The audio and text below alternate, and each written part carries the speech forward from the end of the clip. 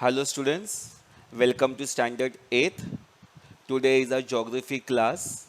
We'll be doing lesson number 7, that is population, and it's on page number 42. So students, what do you mean by population? Population means an increase in the number of people. Now see, in that box you are given some questions. Obtain the following information for the particular day. How many students are there in your class? Out of the total number, how many are boys and how many are girls? How many boys are absent? What is the total strength of students in your school? What is the total number of boys and girls in your school? Which class has maximum strength of students? Maximum means more number of students. Which class has the most absentees? So which class is having more students absent? Now see the geographical explanation for this paragraph now, for this passage now. In the above exercise, you obtain information about the strength of students in your school.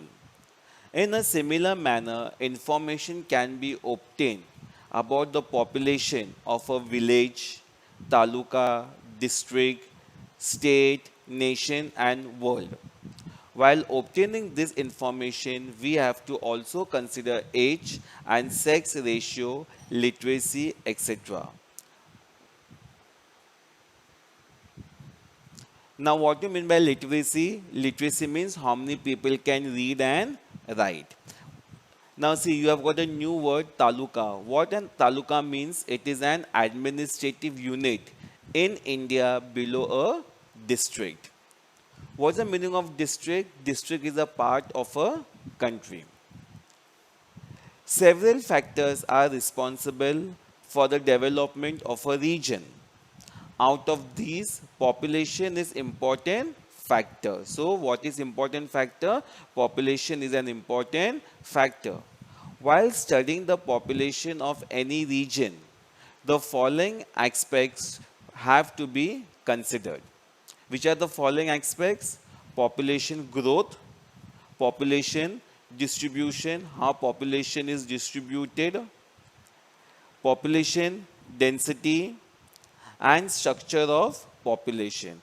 Now, what you mean by population density? It is a measurement of population per unit area and number of people.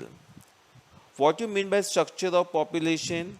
Means the composition of population shows how the population is divided between males and females of different age group. That is your structure of population. Okay. Now look at the second diagram. Okay, we will not discuss all the questions in detail, only few questions we will discuss. Now just see the full diagram what is given. They have given you particulars, change, city A and city B. Now see over here, which city has greater number of newly born children? Okay.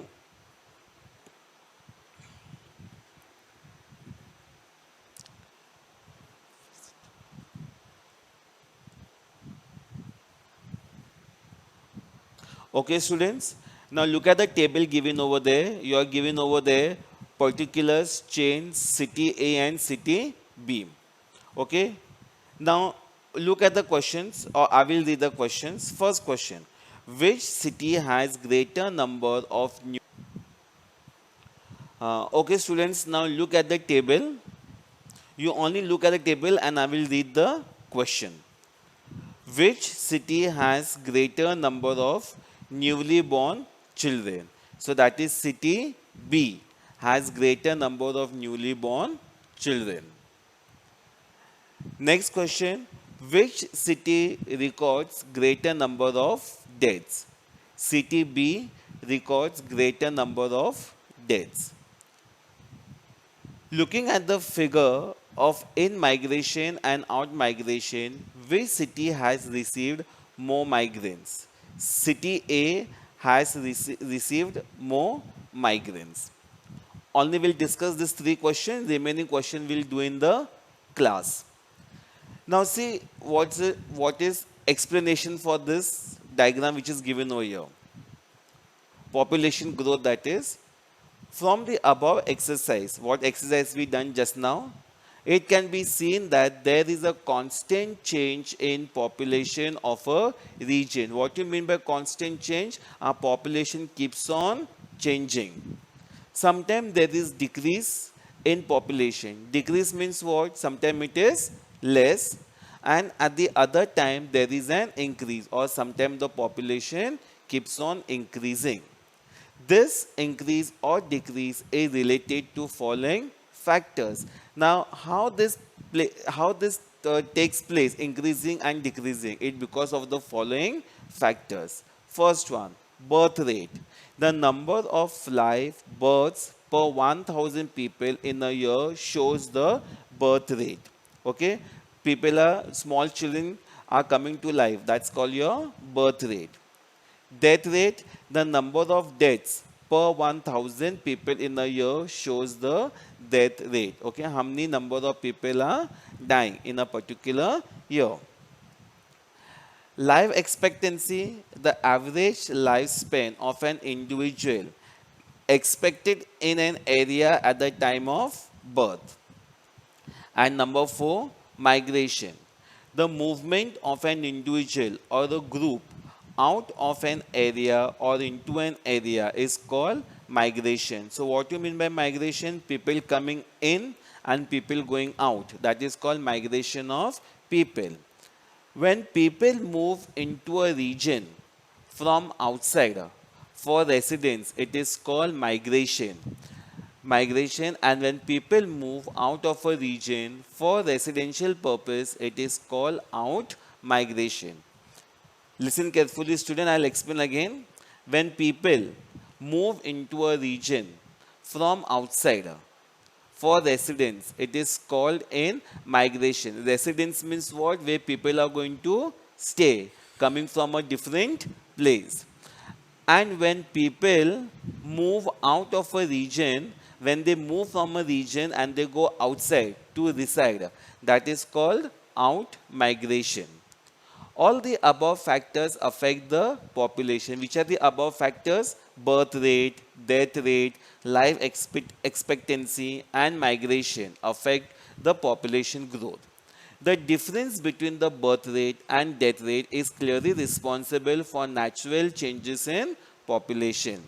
Similarly, the migration of an individual or a group constantly result in change of population. Even migration is responsible for change in population. The unchecked growth of population, if we don't keep on checking how the population is increasing, that is called unchecked growth of population, puts pressure on the resources of a region. On the other hand, a controlled growth of population will lead to availability of resources in the right proportion. If our population is less, okay, all the resources can be used properly.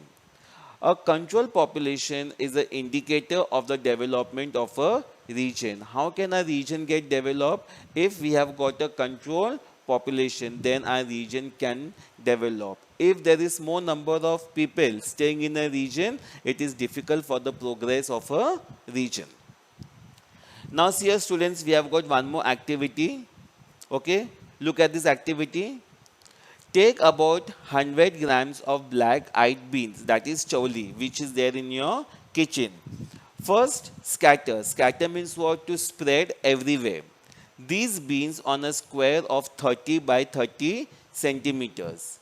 Now scatter 100 more beans on a square of 15 by 15 centimeters. While scattering, the grains take care to see that the grains do not touch one another or pile up one on the top of the other. See, they are shown you in the figure 7.1. Now answer the following question. In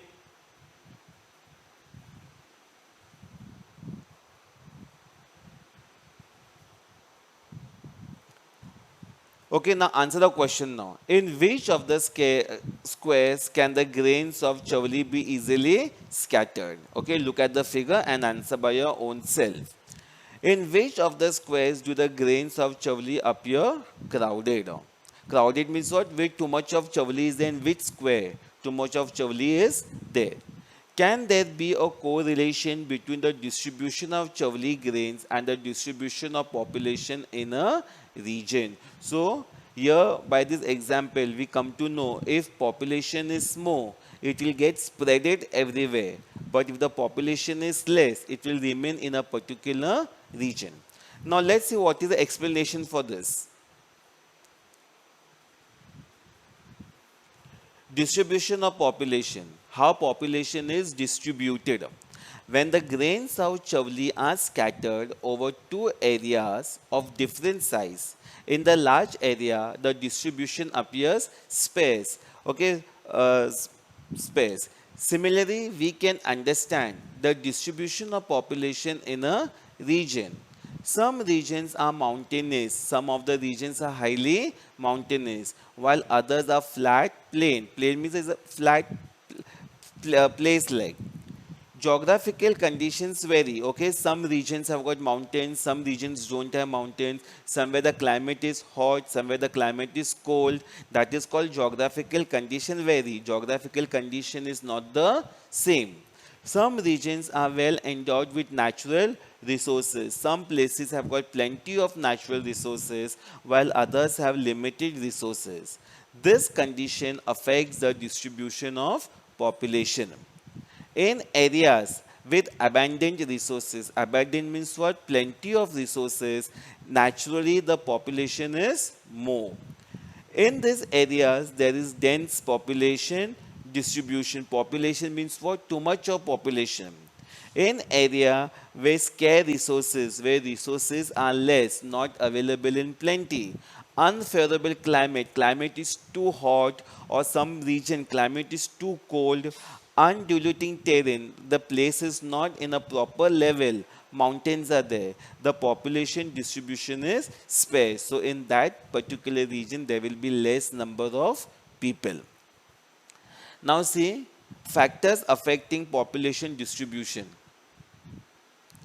Now, which are the factors? You have got physical factors, which includes location, relief, climate, soil, mineral resources. Economic factors like agriculture, industry, urbanization, transport, markets. Political factors, wars, political instability, government policies, and social factors like race, to which community you belong, religion, language, customs, and traditions.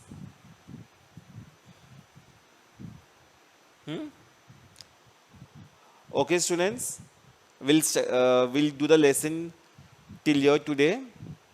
I hope so you have understood the basics concepts of population.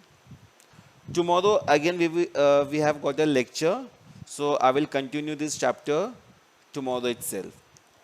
What we have done now, I will send some worksheet regarding what we have discussed. Try to solve the answers. If you are not able to solve, okay, no problem.